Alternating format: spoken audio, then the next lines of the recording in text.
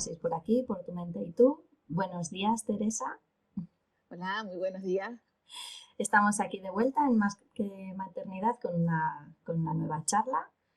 Si estás viendo esto, bueno, en el momento no hay nadie, así que enseguida supongo que irá entrando gente. Como estamos haciendo esta charla en festivo en algunos sitios de España, no sé yo si tendremos mucha audiencia, pero bueno, no pasa nada, quedará ahí preparadito para que lo veáis después. Entonces, si lo estás viendo por el Facebook, pues ya sabes, pon algún corazoncito, algún me gusta, haz los comentarios que quieras y suscríbete en las siguientes charlas para que Facebook te avise cuando las demos. Y si lo estás viendo por el canal de Tu Mente y Tú de YouTube, pues lo mismo, le das a me gusta y te suscribes y así te va avisando YouTube cuando vayamos colgando nuevas charlas. Y si estás en el perfil de Sin Castigos de Teresa, exactamente lo mismo. Lo que pasa es que Sin Castigos te avisará cuando estemos emitiendo también, no cuando vaya a ser, pero bueno, así estás avisada por múltiples canales, no te puedes escapar. Bueno, hoy os traemos una charla que yo creo que es muy, muy interesante y bueno, yo creo, Teresa, que aunque vamos a hablar de maternidad, yo creo que hoy afecta a muchos ámbitos de nuestra vida. Y bueno, yo tengo algo como muy reciente, ¿no? Respecto a este tema. Eh, la charla la hemos titulado Haga lo que haga, lo hago mal. Ahora os voy a contar mi experiencia y ya le dejo un poquito más profundizar a Teresa. Y vamos a hablar de los fanatismos en la crianza. Ya vais a ver poco a poco de qué va todo esto de los fanatismos y por qué hablamos de ello y cómo nos afectan, etcétera. Esta charla surgió porque yo le hice un comentario a Teresa, que en un momento dado le hice un comentario a Teresa porque yo decidí un método de crianza con apego, es decir, porteando a mi bebé, hasta los 3 años no iba a entrar en una guardería, íbamos a hacer colecho, bueno, todo esto. Y entonces yo me encontraba en situaciones en las que si yo hacía 100% este método de crianza, de estar todo el rato con mi niña, pues me sentía mal porque sentía que no me estaba autorrealizando, que estaba dejándome a mí, mi desarrollo personal y profesional de lado por mi niña. Y si digamos, me daba un espacio para mí, que lo hice, para desarrollar mi profesión, porque me encanta, que es el entrenamiento emocional, y realicé talleres con embarazadas, hice talleres de mindfulness, pues cuando hacía eso me sentía mal, perdón, me sentía mal porque estaba, digamos, traicionando ese método de crianza o ese lado más maternal que yo había decidido optar. O sea que hiciera lo que hiciera, lo hacía mal. Y entonces la culpa era mi compañera de viaje, porque daba igual lo que estuviera haciendo, me sentía fatal. Entonces se lo comenté a Teresa y a partir de ahí, pues desarrollando, digamos, mi parte, mi yin y yang, pues surgió, dice, ay, pues podríamos hablar de esto, porque seguro que hay más mujeres a las que le pasan. Bueno, pues por eso trajimos este tema. Cuéntanos, Teresa. Y afecta a muchas más partes en la vida, como dices tú, porque imagínate, usando el mismo ejemplo que tú has puesto, yo decido hacer un método de crianza que sea centrado en la niña, que sea cubriendo sus necesidades y me encuentro en casa de mi suegra. Y entonces mi suegra considera que es que yo estoy malcriando a la niña, la estoy consintiendo en todo. Y como le decía ayer a una chica en mi consulta, tus abuelos no te consintieron en todo. Te Uh -huh. dijeron que todo lo que quisieras podías lograrlo. Y a los que te decían que eras caprichosa, en realidad te estaban diciendo que a veces las cosas no salen como esperamos. Y cuando no salen como esperamos, necesitas un fondo, como en la piscina, un fondo, Uh estamos -huh. en verano, Sí. un fondo donde haces pie y subes. Entonces ambos te estaban dando un buen mensaje, pero tú no tenías conciencia de que los dos mensajes eran buenos. Ok, pues cuando lo hago con un método de crianza, pues pasa así. Ahora imagínate que elijo el método más autoritario y mi madre tiene el método más centrado en el bebé. Uh Cuando -huh. esté en casa de mi madre, no estaré cómoda porque mi madre estará continuamente diciéndome que lo que hago no está bien, que así, bueno, pues esto nos pasa en todos los ámbitos de la vida una vez entramos en la maternidad. Y yo a veces hablando con mi hija le digo, es que era más fácil antes, porque las mujeres teníamos claro que íbamos a ser madre y que íbamos a criar a los hijos. Y que si no éramos madre íbamos a criar a los sobrinos. Sí, sí, no. Y como te descuidaras, si no tenías hijos ni sobrinos, te tocaba cuidar a alguien mayor de casa, pero que te tocaba cuidar a alguien, eso era sí o sí. No había escapatoria. Hola, Ana. Claro, claro. Entonces ahora sí que hay, como tenemos tanto donde elegir, ser Mm, responsables de nuestras elecciones, mm, pues tiene ciertas consecuencias y ahí es donde a veces se nos cuelan los fanatismos, ¿no? mm, Es así, porque de la otra forma se hace daño. mm, Y tanto los que creen en la creencia autoritaria, mm. poniendo el ejemplo que puse, pues en este caso mi suegro, o Sí. los que creen en la crianza más con afecto, más con apego, más, pues Mm, tanto unos como los otros creen que les estamos haciendo daño al bebé al hacer otra cosa. mm. Una vez más, como decíamos en la charla anterior, al final sale del amor. Quiero decir, al final no deja de ser una preocupación, ¿no? De que las cosas no vayan bien, que ese niño sufra, que luego no sea un adulto, como se suele decir, de provecho, que esa frase me parece horrible, porque parece que le vas a exprimir cuando sea adulto, que pues al final sale un poquito de, pues eso, del amor y de la preocupación. Y yo creo que igual que lo decía en la otra charla, yo creo que es muy bonito tener eso presente, porque le quitas una gran carga, ¿no? A esa crítica, por decirlo de alguna manera. Sin embargo, esto me pasa mucho con Teresa. Ella va hablando, nosotros tenemos una idea de lo que vamos a hablar, pero va soltando perlas y yo las voy como cazando y desvío el tema, lo siento. Seguimos hablando de fanatismos, pero es que ha dicho algo que a mí me parece fundamental y que yo lo hablo mucho en la inteligencia emocional, pero ella tiene una forma de explicarlo muy bonita, que es el fondo y el mensaje. El cómo se dicen las cosas y lo que realmente la otra persona quiere hacer. Y Teresa nos suele proponer un ejercicio en su taller de familia singular respecto a esto, cuando alguien nos dice algo. Efectivamente. Pues mira, yo no caí en que la perla la dije yo, ¿vale? Pero sí es Te- ya sabes que yo te cazo al vuelo y si estuviera aquí Adela o Patricia, seguramente estarían diciendo, sí, sí, es verdad. Así que te toca. bueno, yo en mi taller de familia singular les hago un ejercicio que al final está en la base de otro ejercicio que yo hago. Yo soy de crianza respetuosa, como dice Durme, muy apegada a mi hija. Los 3 primeros años estuve con ella, bueno, en realidad estuve los 6 primeros. Y para poder convivir con las personas que opinaban diferente a mí, que yo puse un ejemplo con 2 familias distintas, pero en realidad mis 2 familias, o las 2 familias de Ruth, creen en la creencia autoritaria.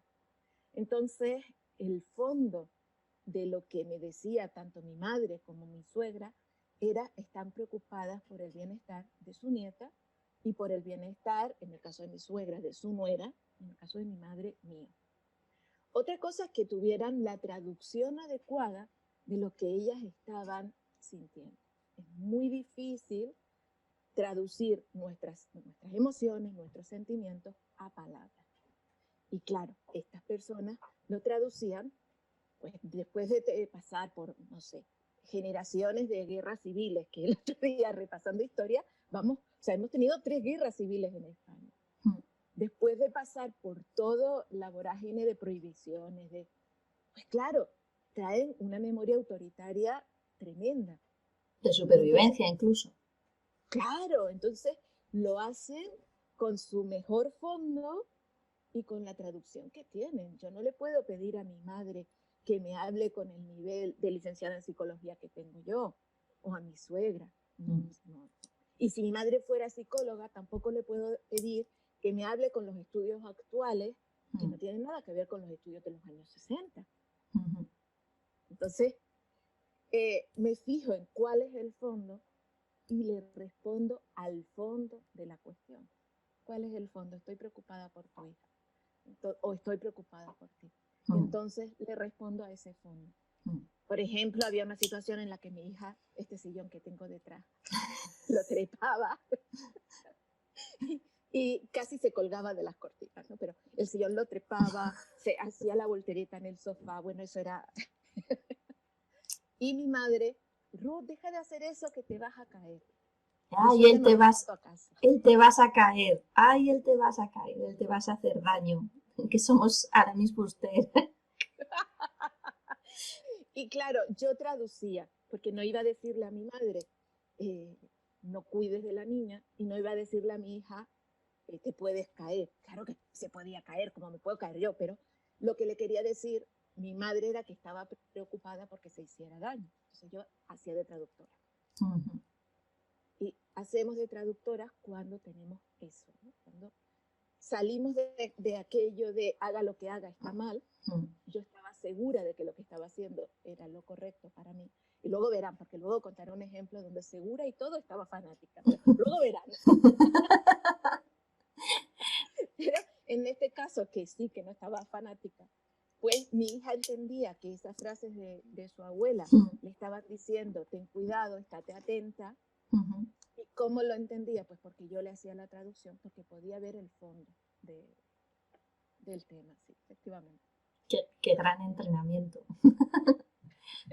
Bueno, por eso hice el fácil, o sea, mi hija ya tiene 13 años, he tenido Mm. un buen entrenamiento. Sí, viene ya con los motores calentados, ya lista. Eh, bueno, volviendo al fanatismo, hace, pues ayer o antes de ayer, hace muy poquito, les pregunté a mis amigas, un grupito de amigas, hola Ana, otra Ana, hoy es el día de las Anas. Le pregunté a mis amigas cómo vivieron ellas, digamos, las primeras horas de su posparto. No, no es exactamente las primeras horas, me refería al primer mes, los primeros meses, y que les hubiera gustado que fuera de, por decirlo de alguna manera, de otra forma, que cambiarían si tuvieran una máquina del tiempo y volvieran hacia atrás. Y de verdad que tiene que ver con los fanatismos porque viene un poquito de ahí, viene un poco de, de lo que opinamos nosotras que debería suceder cuando damos a luz y cómo vamos a ser y cómo nos aferramos a esa forma de pensar o cómo soltamos, ¿no? Y nos dejamos ser pues la madre que te toca ser en ese momento. Y yo, por ponerme de ejemplo, digamos, a mí una cosa, y se lo comentaba justo con ellas, una cosa que cambiaría es que cuando yo di a luz, yo iba a ser una mamá moderna. Tenía claro que iba a ser una crianza con apego, eso lo tenía claro, pero mi hija no me iba a parar. Y sin embargo, cuando nació Iris, Iris me paró, pero en seco, o sea, sin airbag. No tenía ni cinturón de Ay, seguridad. Edurne, que esa experiencia es exactamente igual a la mía. Y Sigue, sigue. entonces fue como, la verdad es que yo lo llevé bien, pero no la gente de mi entorno, porque como yo tengo una forma de ser súper sociable, a mí lo que mi cuerpo me pedía era que me estuviera quietecita en casa con mi niña. Y no tenía una depresión postparto, no estaba triste, lo único que quería era estar con mi bebé en mi cueva, que mi cueva era mi casa. Y no quería salir. Cuando digo no quería salir, no me refiero a no salir a dar un paseo con mi niña, que eso sí quería y le venía muy bien porque le venía bien el sol, etcétera. Pero lo que yo no quería era socializar, no quería estar con gente, no me importaba que la gente viniera un ratito a ver a mi hija, pero yo no tenía la necesidad, bueno, no solo no tenía la necesidad de salir y relacionarme, sino que me enfadaba el hecho de que me obligaran y me obligaron a salir de casa. Y ¿por qué la gente de mi alrededor me sacaba? Porque tenían miedo, me veían tan conmigo misma, con tantas ganas de quedarme en casa, que les daba un poco de miedo que yo entrara en la temida depresión postparto o algo así. Y justo esto lo hablaba con mis amigas. Digo, yo si pudiera volver hacia atrás, no me sacabais de casa. De ninguna de las maneras. Y además, justo lo hablaba con una amiga que vino al mes a conocer a mi niña y fuimos a comer fuera y esta chica se empeñó desde el amor más absoluto, se empeñó en que me pintara un poco, que me arreglara y yo lo único que quería era hacer una cola de caballo, ponerme una camiseta, un pantalón vaquero y salir y ya está, porque me costaba mucho salir, no quería salir, pero ya que salía quería estar cómoda y ella no, te tienes que arreglar porque te veo muy como muy para abajo y tal Y yo rompí a llorar y ella se acuerda y dice, yo me acuerdo que rompiste a llorar. Y yo rompí a llorar y se lo expliqué ahora, 4 años después. Digo, rompí a llorar porque estaba haciendo algo que no quería hacer y no sabía cómo decírtelo. Y como yo no quería discutir, al final hice lo que tú querías, pero iba completamente en contra de lo que me pedía mi cuerpo.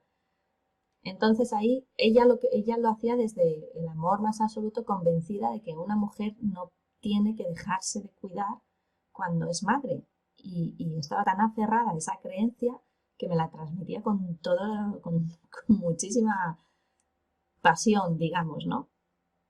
Y preguntándolas a ellas, pues me decían que el primer hijo no había sido igual que el segundo, que con el primero querían estar tranquilas, pero con el segundo ya querían salir, bueno, en fin, y ya se fueron como flexibilizando, ¿no? Pero tirando de esto de los fanatismos, lo que quiero decir es que hay que ¿qué ocurre cuando no somos flexibles? A eso es a lo que quiero llegar, ¿no? ¿Por qué nos cuesta tanto aceptar que, como yo digo en mis talleres, no somos un manual de IKEA? Pero ni siquiera nosotras mismas, no somos iguales con el primer hijo que con el segundo, yo solo tengo uno, pero sobre todo la persona que tiene enfrente, por mucho que te hayas vivido una maternidad, por mucho que te hayan transmitido algo, la mamá que tienes delante no tiene por qué ajustarse a ese modelo de madre que tú tienes en la cabeza. Y no solo la mamá que tienes delante, sino el hijo que tienes delante. Y aquí, bueno, Edurne, vamos a hacer al contrario. Yo he visto una perla tuya y la he cazado al vuelo. Venga, va. Vamos a tener que poner aquí al lado, como aquí al lado, un cazamariposas de esos. Porque tú hablas siempre de los cambios neuronales que tenemos las mujeres al nacer nuestros bebés. Y eso que tú estás describiendo es un cambio neuronal y yo sé que tú lo sabes. Lo sé. Entonces, lo importante es saber convivir con nuestros cambios. A mí me gustaría que ahora tú explicaras cuál es el cambio neuronal, ¿ves? Bueno, ahora entra ella con el tema de los fanatismos, pero bueno, haciendo así un breve resumen, pues cuando nos quedamos embarazadas y cuando damos a luz, se ha demostrado, ha sido una publicación muy, muy querida por mí y por bueno, mucha gente. Esta es una publicación muy bien estructurada de un grupo de Cataluña, si no me equivoco, en el que explican, han hecho un estudio por medio de la visión del cerebro, por medio de la resonancia y hormonal y tal, y se ha visto que realmente el cerebro de las mujeres cambia, pero cambia físicamente y su funcionamiento cambia en el momento que somos madres. Ya empieza a cambiar cuando nos quedamos embarazadas. O sea que sí, esos despistes, ese incremento de que olemos más las cosas, eso es porque nuestro cerebro ha cambiado. No es algo casual y tiene, digamos, por fin, una explicación científica. ¿Y qué ocurre? Pues que cuando damos a luz, debido a todas estas hormonas, a la oxitocina, a nuestros estrógenos, etcétera, nuestro cerebro cambia y se adapta a la nueva situación, que es fundamental que nos adaptemos, que es el cuidado de nuestro bebé. Entonces, uno de los cambios que se dan es precisamente que nuestro cerebro, por decirlo de alguna manera, eh, a ver cómo lo digo, porque no quiero decir apagar, sino que atenúa las partes del cerebro que están destinadas a la sociabilidad. Precisamente estas partes del cerebro dejan de tener tanta actividad, digamos, sus neuronas como que se callan un poquito y dan prioridad a las partes del cerebro que están más dedicadas al contacto o a la relación uno a uno, por decirlo de alguna manera. ¿Por qué hace el cerebro esto? ¿Por qué da más actividad a una zona que a otra del cerebro? Pues porque nos tenemos que dedicar a nuestro bebé, porque de eso depende la supervivencia de la especie, no solo la nuestra y de nuestro bebé, sino de la especie. Entonces tenemos, digamos, se activa una parte del cerebro para decirnos, bueno, estate quieta, céntrate en tu bebé, luego aparte se incrementa el sentido del olfato aún un poquito más, el sentido del tacto, para que cuando estemos con nuestro bebé, pues esa sea, digamos, nuestra fuente principal de amor y de cubrirnos todas las sensaciones de placer, que hay una zona en el cerebro destinada para esto. Bueno, pues toda esa ruta del placer está preparada para que se estimule con el contacto con nuestro bebé, con la visión de nuestro bebé, con el olor de nuestro bebé, y por eso tendemos a estar tanto tiempo con nuestro bebé y tenemos esa necesidad tan fuerte de estar con el bebé. Insisto, no somos un manual de IKEA. Hay madres a las que esto no les sucede. Justamente ayer una amiga mía me decía, pues yo no viví eso, yo necesitaba salir. Y como yo le decía a ella, ok, no somos iguales obviamente, ¿y qué hice? Digo, vete, tienes que ir a ver la primera charla que tuve con Teresa, porque esa sensación de, por decirlo de alguna manera, de rechazo, esa sensación de que tu hija te quita tiempo para ti, puede venir de atrás. Pero bueno. Y de muy atrás, porque puede venir biológicamente de que en el útero tú como hija recibiste más hormonas masculinas que femeninas. O sea, puede venir de muy De atrás, muy atrás, tanto sí. biológicamente como a nivel de creencia. Te voy a interrumpir un momentito y por favor que no se te olvide que te he dejado ahí lo del fanatismo, porque nos cuesta tanto soltar esos fanatismos, pero quiero leer que Ana Fonseca nos dice, yo siempre dije que iba a ser de una manera como madre y no iba a hacer ciertas cosas que al final estoy haciendo. Ana, tienes que ir a ver la primera charla que justamente estuvimos hablando de eso, de cuando decimos que vamos a hacer una cosa y por qué cuando nacen nuestros hijos, flux, hacemos algo no, quizás no completamente contrario, pero por lo menos sí aquello que dijimos que no íbamos a hacer. Así que luego os pongo el link en la contestación al mensaje de Ana, os pongo el link de la primera charla y si veis esto en diferido en YouTube, también os pondré el link a la primera charla porque contesta perfectamente a eso. Y nada, bueno, Ana María dice que cuánta sabiduría y Macarena González nos dice que le encantan nuestras perlas. A nosotras también, sobre todo cuando las caza la de frente. Es así que ya nos desmonta de amor y de alegría. Bueno, Teresa, lo de los fanatismos. Vamos allá. Yo voy a usar dos películas de Disney, aunque sé que últimamente están en desuso, vamos a decirlo así. Una es La Cenicienta, es que encima son dos de las que más en desuso están. Sabe que no me gustan. Está a meter el dedo en la llaga. Sorry. Bueno, hay una parte de La Cenicienta donde uno de los ratoncitos que va a salvar a Cenicienta, pues lleva la llave para sacarla y está el gato, el Lucifer, que le pone encima la taza y el ratoncito que quiere ir. Bueno, cuando ya consiguen vencer a Lucifer, porque viene el perro y se lleva a Lucifer y todo esto, el otro ratoncito levanta la taza y el ratoncito que estaba debajo de la taza está agarrado a la llave. Y el ratoncito agarrado a la llave dice, no, no, no. Y el otro le dice, despierta, despierta, que ya se fue, hay que salvar a Cenicienta. Algo así, ¿vale? Sí. Los diálogos no me los sé. Bueno, el ratoncito de debajo de la taza está explicando lo que es un trauma. Ah, vale. Cuando hay un trauma, yo me agarro a la solución, a lo que considero la solución. Y cuando alguien intenta soltarme, ¿qué pasa? Que yo sigo agarrada a la solución. Esa es la solución, en mi opinión. Y ahora voy a conectar con otra película. Esta creo que no es de Disney, que es Kung Fu Panda. Hay un momento en el que Oogway, que, bueno, no sé si está bien pronunciado, ¿vale? Pero Oogway está asustado de que venga Tai Lung. Y viene el maestro de Oogway y le dice que Tai Lung se va a escapar. Y entonces el maestro empieza a dar órdenes a diestro y siniestro para que la prisión donde está Tai Lung sea más dura, más cerrada y no se pueda escapar, ¿no? Y nada. Y el maestro, la tortuguita, le dice, el camino que usamos para evitar nuestro destino. Caramba, acaba de entrar Ruth, qué curioso. El camino que usamos, buenos días. El camino que usamos para evitar nuestro destino es el camino que nos conduce a él. ¿Y por qué hago esta introducción? Porque el camino que yo escogí para evitar que mi hija tuviera un trauma, que vi a mi hermano sufrir y que vi a mi hermana sufrir, fue llevarla a una escuela alternativa. ¿Y qué era lo que yo quería? Yo quería que mi hija no pensara, claro, que no pensara. A ver, ¿te acuerdas de lo de no pienses en un elefante rosa? Pues taca. Yo quería que mi hija no pensara que ella no servía para estudiar. ¿Qué me pasó?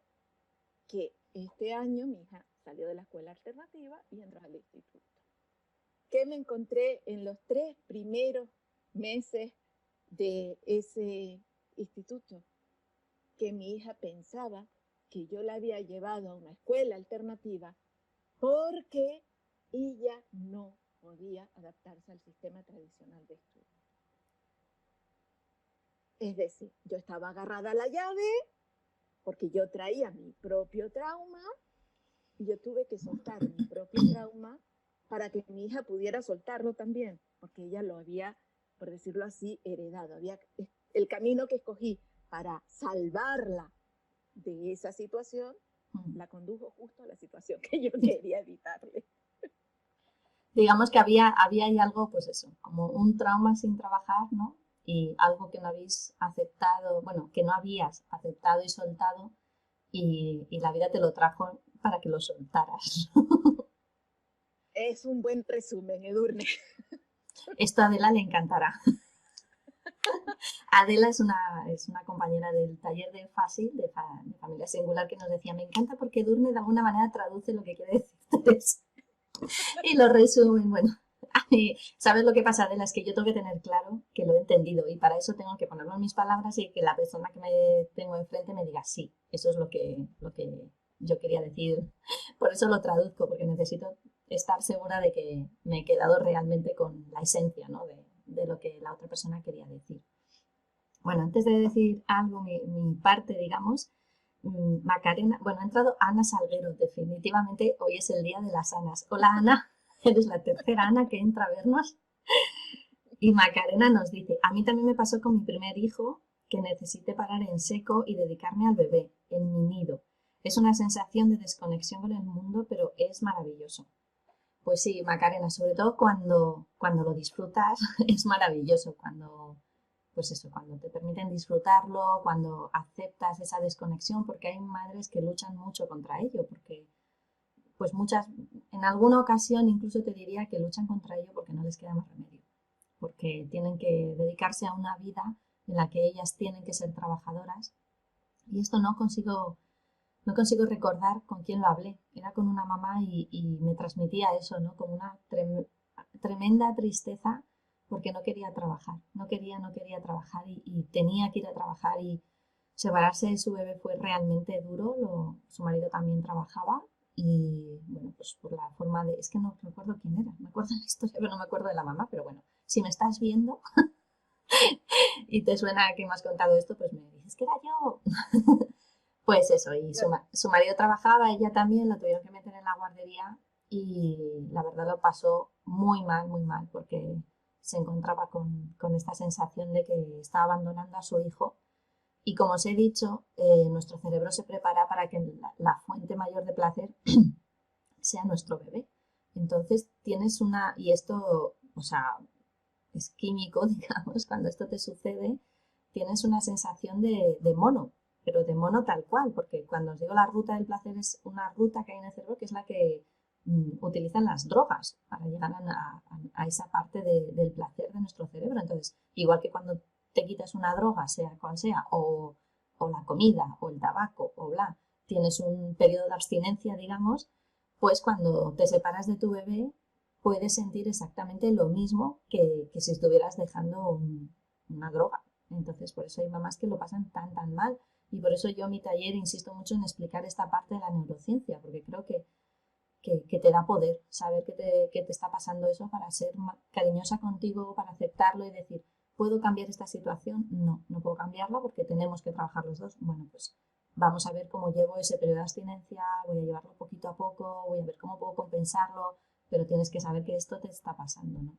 Así que me encanta, Macarena, que hayas podido disfrutar y que hayas podido vivir ese periodo de enganche de tu bebé como algo maravilloso. Yo para mí también lo fue, ¿eh?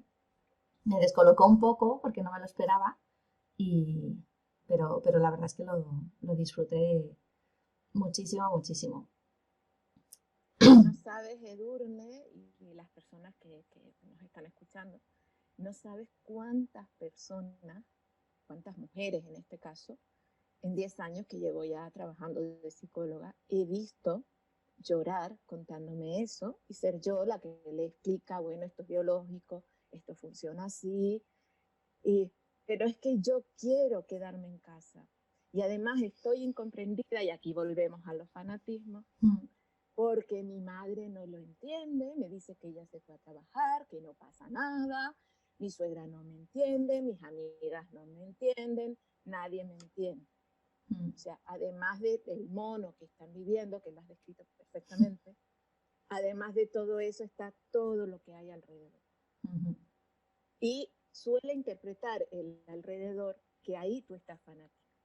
Y yo quiero aprovechar para matizar. Estamos fanáticas nosotras cuando hay un trauma, como una llave, y estamos agarradas al trauma. Ahí estamos fanáticas. Y ahí es donde no somos flexibles. En este caso es otra historia. Y si no hay alguien que nos lo explique y que nos ayude a pasar ese periodo, pues puede dejar secuelas. Que yo conozco personas que su hijo tiene a lo mejor, o su hija tiene a lo mejor, no sé, 8 años, 10 años, 20 años, y aún está ese periodo ahí sin resolver. O sea, es un tema bastante profundo, por decirlo así. Sí, la verdad es que yo tuve suerte, ¿eh? Aunque digamos, me descolocó, pero bueno, yo lo tomo como un gran aprendizaje, porque al fin y al cabo pude hacer aquello que me pedía mi cuerpo hacer, que era estar con mi hija. De hecho, siempre digo que cuando a mí me tocó, nosotros en aquellos momentos vivíamos en la República Dominicana, dimos a luz, bueno, di a luz, que siempre le incluyo a mi marido porque es parte del proceso también. Y de hecho estuvo allí, mi hija nació por cesárea y estuvo allí en el quirófano en el momento que nació mi niña. Bueno, dimos a luz en España, pero cuando Iris tenía 2 meses nos fuimos a la República Dominicana. Y yo siempre digo que en la República Dominicana me di cuenta que las mujeres necesitábamos, digamos, un entorno que nos ayudara a ser madres, que lo de la crianza una sola se puede hacer, sí, una vez más, volvemos otra vez a la neurociencia a hablar de la plasticidad y de la capacidad que tiene el ser humano de resiliencia, de adaptarse al entorno, pero no estamos biológicamente preparadas para criar juntas, o sea, solas. Y eso me di cuenta en la República Dominicana. Pero todo tiene un lado positivo y un lado negativo. Como yo estaba sola, pude hacer el método de crianza que me dio la gana, porque no tenía nadie alrededor diciéndome lo que tenía que hacer. Pues sabes, quizás me lo decían alguna vez cuando venía a España, cuando me dijeron, ¿y no la vas a meter en la guardería? Pues va a ser muy poco sociable. Que yo siempre digo que menos mal que mi hija es poco sociable, porque si fuera sociable se había independizado ya. Y tiene 4 añitos cuando estamos haciendo este vídeo, es una niña súper sociable. Pero claro, como yo estaba sola, pues yo esos, digamos, fanatismos de alrededor yo no los sufrí tanto porque como estaba sola, pues hacía lo que quería. Mi marido y yo hicimos con la crianza de nuestra hija lo que nos dio la gana, hablando mal.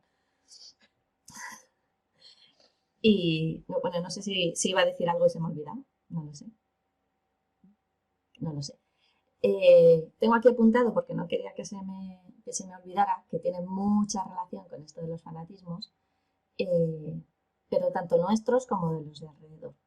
Yo no sé cómo abordar este tema, porque en estos momentos muchas mamás lo que se quejan, que me parece muy curioso y estoy en parte de acuerdo con ellas, una cosa que se quejan es que las mamás, o sea, las mujeres, con esto de, digamos, la liberación de la mujer, lo que hemos hecho es, o lo que nos ha tocado o nos han cargado, pon el mensaje que quieras poner, allá cada una sabrá, tenemos más carga social de la que teníamos antes. Como decía Teresa al comienzo de la charla, ya sé lo que iba a decir, vale.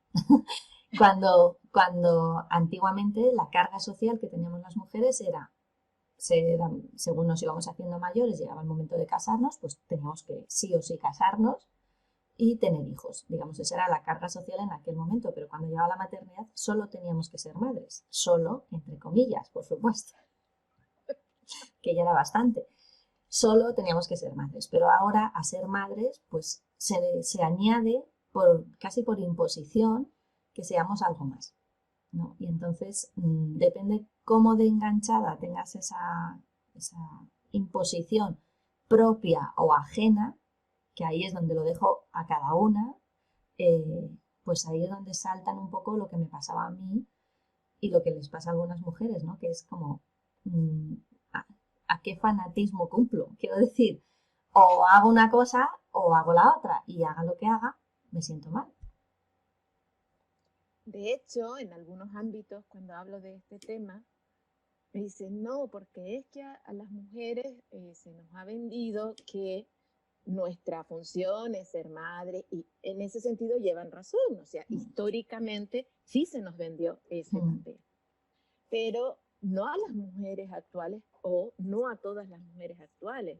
En este momento, cuando yo me encuentro con mi carga hormonal, con mis cambios cerebrales y todo eso, para mí fue un choque que también tuve que trabajar con mi psicólogo.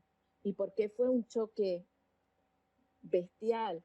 Porque a mí se me había vendido que yo era independiente, que yo tenía que trabajar, o sea, era obligatorio trabajar, no tenía más opciones, y para ser una mujer completamente realizada, la única opción era trabajar.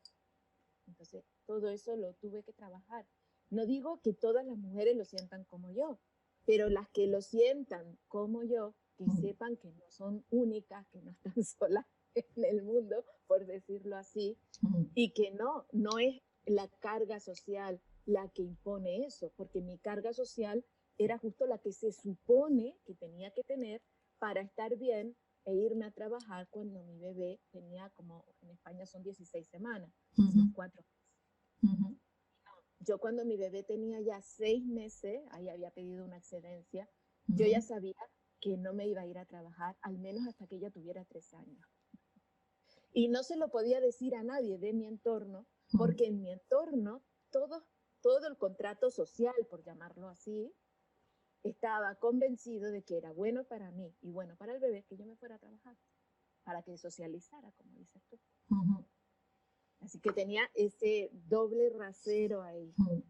Gracias a mi psicólogo, solo puedo decir eso. Voy a hacer una pequeña puntualización. ¿Os dais cuenta? Una psicóloga con psicólogo. Sí, es que yo suelo decir que no nací iluminada, ni soy Buda, ni nada de eso, ¿eh?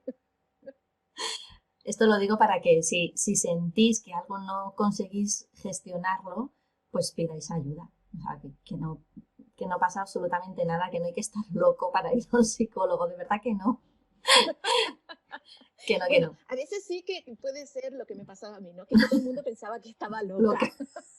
A ver si van a tener razón. Bueno, aprovecho para leer a Ana, que Ana, muchísimas gracias por tu participación porque me encanta lo que nos vas escribiendo. Y nos dice Ana, ahora después de ser madre, tienes que tener el cuerpo perfecto, tienes que volver a trabajar, para eso hay guarderías. Y nos dice, cualquier persona que hable, con cualquier persona que hables, perdón, siempre tiene un tienes para ti. Bueno, a este respecto, en la primera parte me acuerdo de una alumna de mi taller de gestión emocional en la maternidad que bueno, según iba transcurriendo el taller, me confesaba, por decirlo de alguna manera, que ella había estado con un tratamiento psiquiátrico una vez que nació su bebé.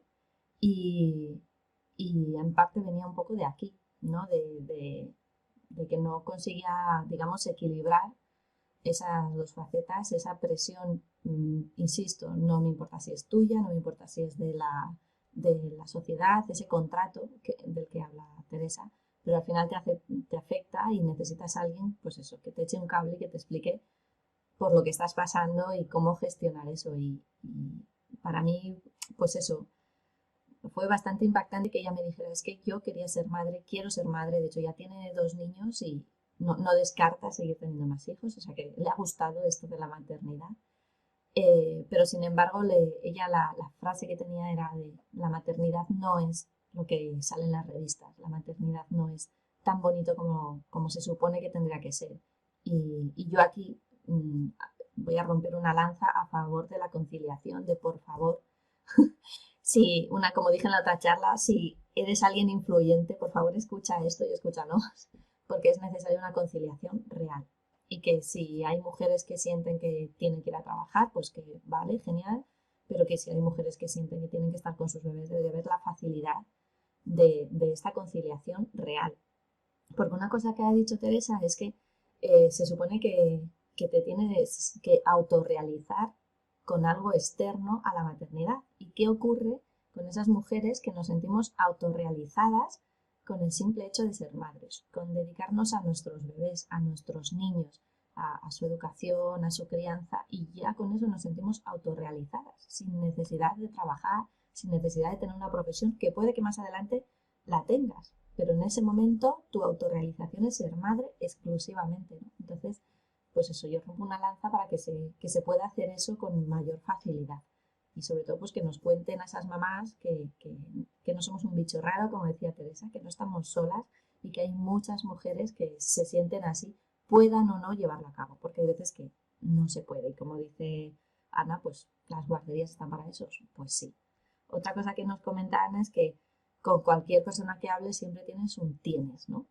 Y aquí hablando del fanatismo me viene otra mamá a la cabeza que me hablaba de la lactancia, que ella lo pasó muy mal con la lactancia, de hecho tiene 2 bebés, a los 2 les dio la lactancia a demanda y ella dice que si tuviera un tercer hijo que no le daría el pecho porque lo pasó tan mal con los otros 2 y estaba tan aferrada a que tenía que ser sí o sí la lactancia materna que lo pasó mal. Cuando digo lo pasó mal, no me refiero solo emocionalmente, sino que tuvo una mastitis, le tuvieron que operar, le tuvieron que poner un drenaje, mientras tenía el drenaje le seguía dando pecho de ese pecho donde tenía el drenaje. O sea, de verdad que fue una auténtica pasada. Y ella tenía una gran presión con eso de que los niños tienen que sí o sí tomar leche materna, que sí, que es lo ideal, que esa leche materna está para su bebé, que es lo que, digamos, más le ayuda, pero a las mamás que no podéis, no pasa nada.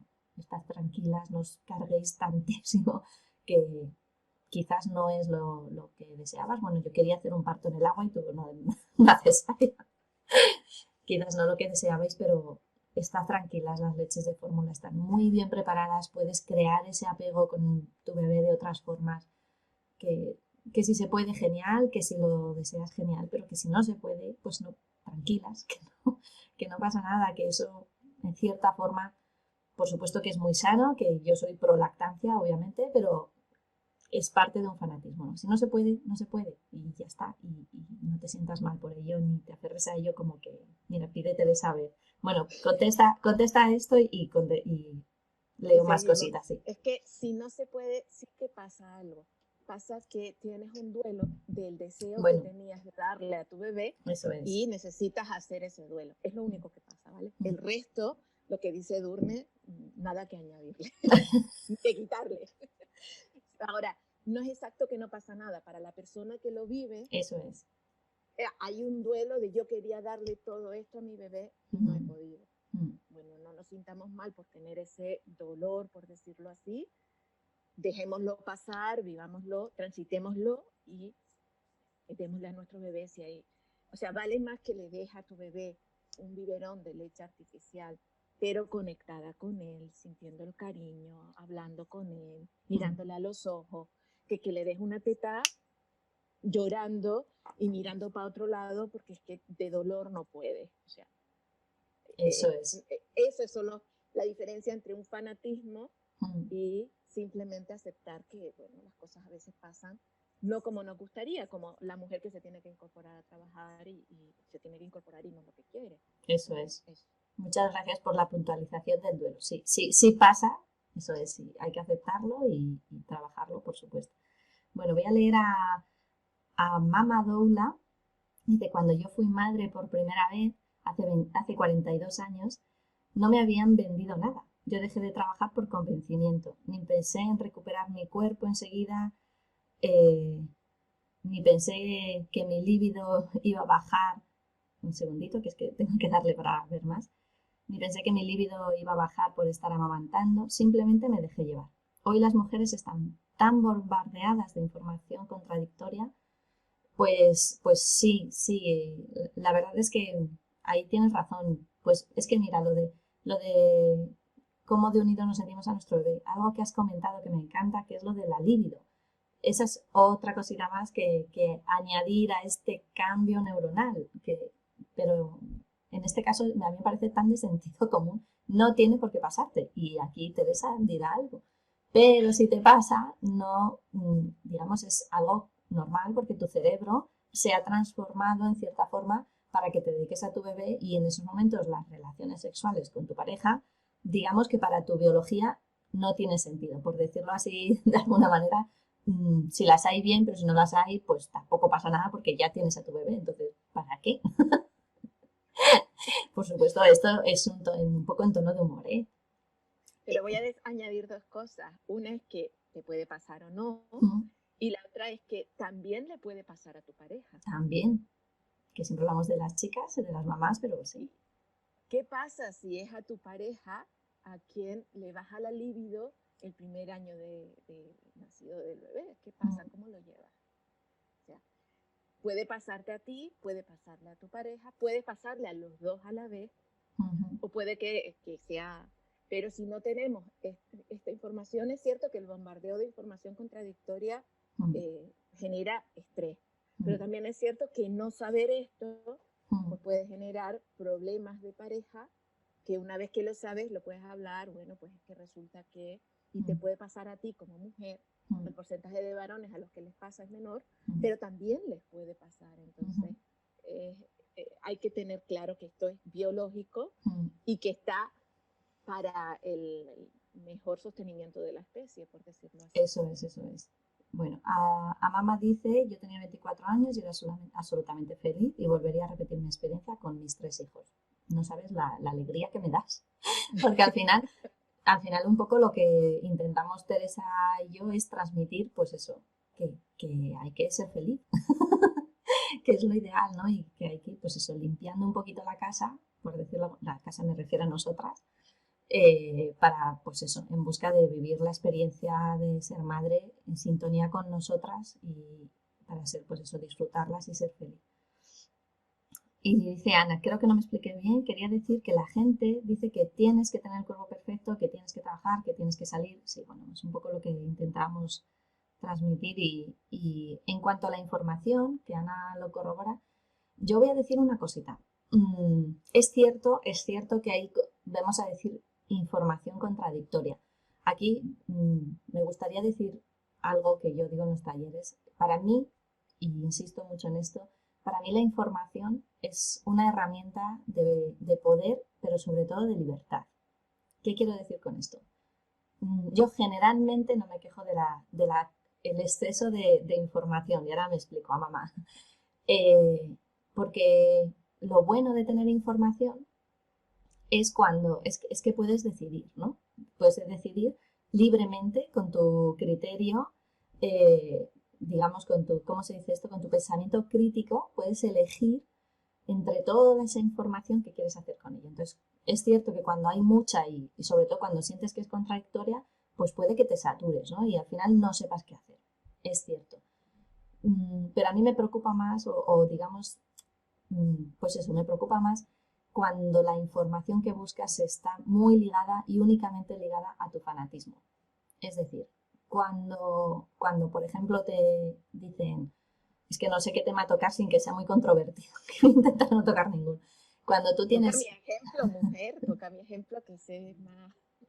sí, bueno, lo que quiero decir, cuando piensas, por ejemplo, que es bueno meter a a tu bebé en la guardería y la información que buscas o que atraes o que te llega, como quieras decirlo, es toda información de realmente es bueno meter a los niños en la guardería. Y solo te llega esa información. Entonces lo que haces es alimentar continuamente, digamos, ese fanatismo, esa forma de pensar.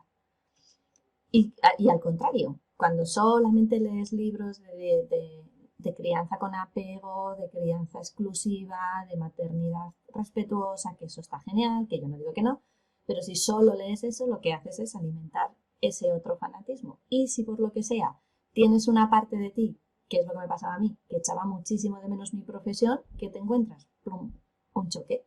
Porque todo lo que lees está alimentando eso, pero hay una parte de ti que dice, pero yo soy algo más, ¿y dónde me he quedado? ¿Y dónde estoy? Y nunca más voy a volver a ser yo. Y estos mensajes que te lanzas, pues chocan. Entonces, yo personalmente, y esto es una opinión muy, muy personal, prefiero tener toda la información y decir, pues de aquí cojo esto, de aquí cojo esto otro, y configuro mi, digamos, mi planeta, en este caso de la Y, maternidad. y de hecho, ahí lo que yo suelo recomendar cuando me viene una persona en esa situación es, vamos a ver, lo que tu bebé necesita es una atención lo más personalizada posible. Uh -huh. Si tú necesitas desarrollar tu profesión, pues encuentra la fórmula para que tu bebé tenga una atención personalizada. Y por ejemplo, aquí en España, no sé, en otros países ya se está poniendo en marcha también, existen las madres de día, que tienen 3 o 4 bebés, no más, y están con esos 3 o 4 bebés durante toda la mañana. Entonces, si haces una adaptación, que el bebé conozca a la persona, que la persona conozca al bebé, que puedan jugar juntos, el bebé se queda tranquilo. Si es que los bebés son maravillosos en ese sentido. El bebé se queda bien y tú te quedas bien. Pero necesitas encontrar a alguien que te pueda ayudar. Y en eso las tribus antiguas eran una pasada, porque la madre no se dedicaba exclusivamente a ser madre, la madre tenía otras labores, pero es que los bebés tenían lugares donde estaban y estaban atendidos y tenían esa, o sea, si quieren leer algo acerca del tema que a mí me parece muy revelador, lean el concepto del continuum, porque ahí se ve cómo las mamás sí que se dedican a otras cosas que hay en la tribu y los bebés se van poco a poco colocando en su lugar en la tribu, pero tienen esa atención personalizada. O sea, la maternidad sola, como la que tenemos en nuestra cultura en este momento, creo que es la primera vez que se está desarrollando y no sé qué consecuencias tiene. Sí, eso nos tocará revisarlo, o les tocará, a nosotras no nos va a tocar, les tocará a futuras No, a lo mejor cuando tenga generaciones. 100 años, pero creo que Sí, ya no estaré para revisar. creo que ya nos dará igual, no revisaremos nada. O quizás somos unas viejitas pesadas, ¿eh? No lo descarto. Hola, Pues vamos a ver Upe. qué fanatismos nos quedan. Eso. Bueno, doy la bienvenida a Upe, aunque ya estamos casi acabando, pero bueno, porque ya nos hemos ido a casi una hora, Teresa, y nos propusimos no pasar de 40 minutos y ya nos hemos ido a una hora. Bueno, yo diré que yo quería hacer una puntualización porque, digamos, me nace del corazón.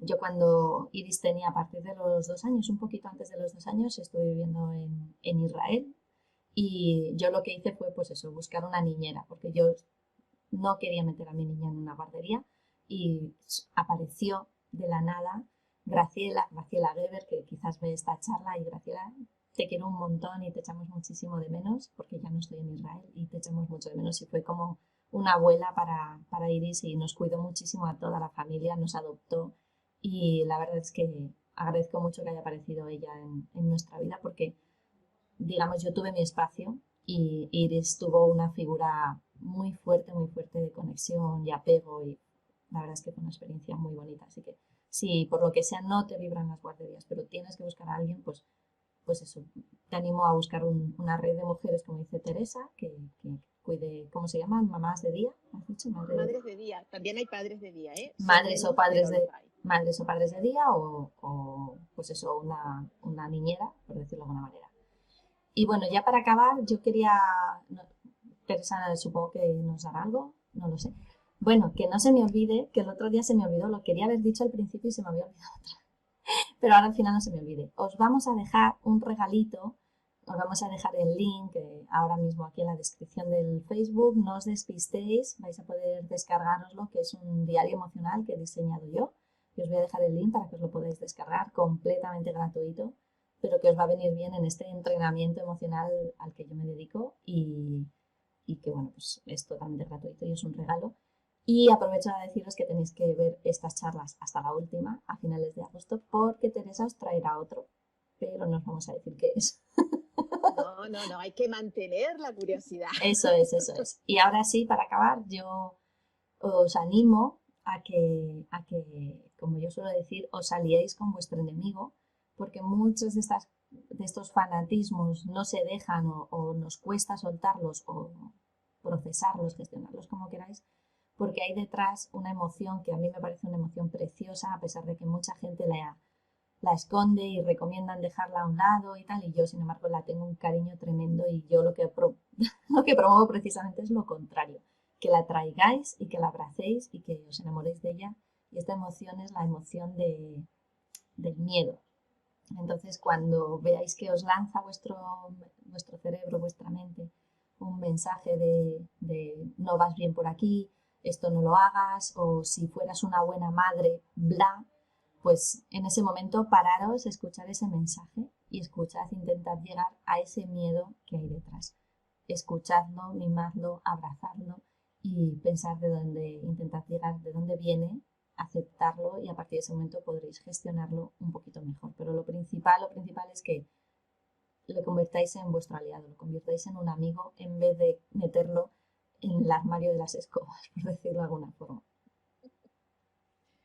Y el regalito que yo les traigo, la práctica que yo les traigo, está muy relacionada con la perla que Dur me dio al principio, que es la traducción. Y es que no solo vamos a traducir el fondo de una idea de las personas que tenemos alrededor, sino el fondo de nuestra propia idea de haga lo que haga, está mal. Entonces, ¿qué es lo que realmente nos estamos diciendo? Igual que dije antes, bueno, la abuela que te consentía te estaba diciendo que puedes conseguir todo lo que te propongas. El sentimiento de culpa que te dice, haga lo que haga, está mal. Esa es la forma, pero ¿cuál es el fondo? El fondo es, quiero ser la mejor madre para mi bebé. Si me quedo en la forma, pues me voy a sentir culpable. Pero si voy al fondo, pues voy a hacer lo que dice Dur, me voy a buscar todas las cositas, sí, lo primero esto.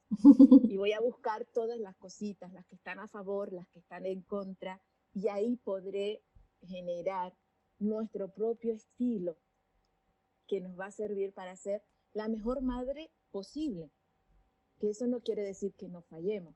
Como les dije antes, cuando Ruth me dice que ella pensaba que la había llevado a una escuela alternativa porque ella no podía adaptarse a una escuela normal, eso fue épico, épico.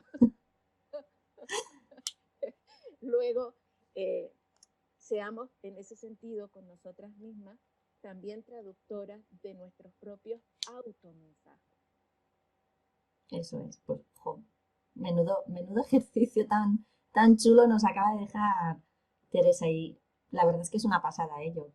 Cuando llegó Graciela a nuestra vida tuve digamos, esos momentos en los que no me sentía bien y ahí estaba Teresa para ayudarme a hacerme estas preguntas de dónde viene, ¿no? Esa sensación. Así que muchísimas gracias, Teresa. Muchísimas gracias a todas las que os habéis pasado por aquí, ya haya sido algo puntual o os estáis manteniendo desde el principio. Espero que hayáis sacado información interesante, que estoy segura de que sí. Si estás viendo en diferido esto y tienes dudas, escríbelo porque Teresa y yo te contestaremos, aunque sea en diferido. Si estás en YouTube, lo mismo, déjanos el comentario que ya nos encargaremos de contestaros y bueno, pues nada, os animo a ver la siguiente charla, que no me acuerdo cuál era la siguiente charla.